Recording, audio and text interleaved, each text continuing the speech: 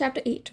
Post lunch, all the men went back to their respective rooms, while Indira and Devika went into the kitchen to tell the cooks to prepare some soup for Diya and told them to let either of them know when it is done. The two of them went to the living room to get some rest. Once the soup was ready, Indira took it to Diya's room and found her still asleep. She went close to her and sat on her bed, caressing her face. Diya stirred, feeling someone touching her face, and woke up to find her mother-in-law lovingly looking at her with a sweet smile on her face. She tried to sit up, but she still did not have enough energy to do so on her own. So, Indira helped her sit up. Indira also sat back on the bed and said, "दिया, मैं तुम्हारे लिए soup लाई हूँ, जल्दी से P ले, और हाँ, अगले हफ्ते से तुम्हारा फिजियोथेरेपी शुरू हो जाएगा." Diya nodded and lowered her eyes. She wanted to thank her, but she also did not know what to call her. She looked at her mother-in-law, who was blowing onto the soup, cooling it down. She realized that her mother-in-law was a very beautiful woman. Not just physically, but the energy radiating from her is very comforting, almost mother-like, and she smiled to herself, thinking about all the uncertainties associated with her memory loss. But she still did not feel scared or worried. Something about the place and the people made her feel very safe and at peace. She was lost in thoughts when Indira looked up to find Diya looking at her with a soft smile on her face. She smiled knowingly and said, "तुम मुझे माँ बुला सकती हो." Diya startled and looked at her, realizing that she understood her thoughts without her needing to say anything, which made her feel extremely happy and lucky. She smiled and nodded her head, saying, "Ji Ma." And before she could ask her something else, she heard another woman's voice from outside the door saying, "और तुम हमें छोटी माँ बुला सकती हो." "और ये क्या भाभी, आप मुझे वहाँ छोड़ के आ गई, ये ठीक नहीं है," Devika said, pouting. Both Diya and Indira looked at each other and at Devika and burst out laughing. Diya looked at Devika with a smile on her face and said, "Ji choti ma," which instantly brought a smile onto Devika's face. Indira looked at Devika, who looked back at her pouting and chuckled.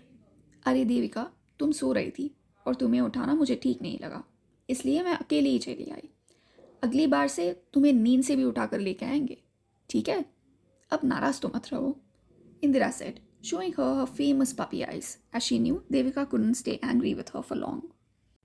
Devika huffed and smiled simultaneously, saying, "ये सही है भाभी, आप जानते हैं कि आपका ये प्यारा सा चेहरा देखकर मैं ज़्यादा देर तक नाराज़ नहीं रह सकती. चलो कोई नहीं, इस बार के लिए माफ़ कर देती हूँ आपको, अगली बार से मत कीजिएगा ऐसा." And she sat down beside Indira on the bed. Indira and Devika both burst out laughing at their silliness. Diya was silently watching all this with a smile on her face.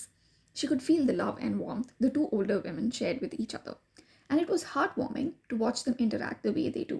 And just like that, the older ladies finished feeding her the remaining soup while having small talk and laughing at their bickering. Unknown to them, Arjun was watching all this from outside the room. His heart was filled with so much love and admiration for his two mothers. He was always amazed at how easily they had accepted Diya as a part of their family and treated her with love and respect, genuinely and wholeheartedly. He saw the three of them laughing and enjoying themselves, and left from there with a smile on his face. Once they were done feeding Diya the soup, they chatted for a while before she started feeling sleepy again. Indira and Devika helped her lie down on the bed and caressed her face until she fell asleep and left her room silently with contented smiles on their faces. Well, that's it for this chapter. I do know that this chapter is a little short, but I wanted to include a chapter where we can see the bond between the three ladies. So yeah. And also I know that the story feels a little slow right now, but I just want to create the bond between all the members of the family with Diya before we jump into the crux of the story. So yeah, I will see you all next week. Until then, stay safe, take care, bye bye.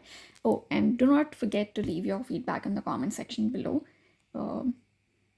Thank you so much.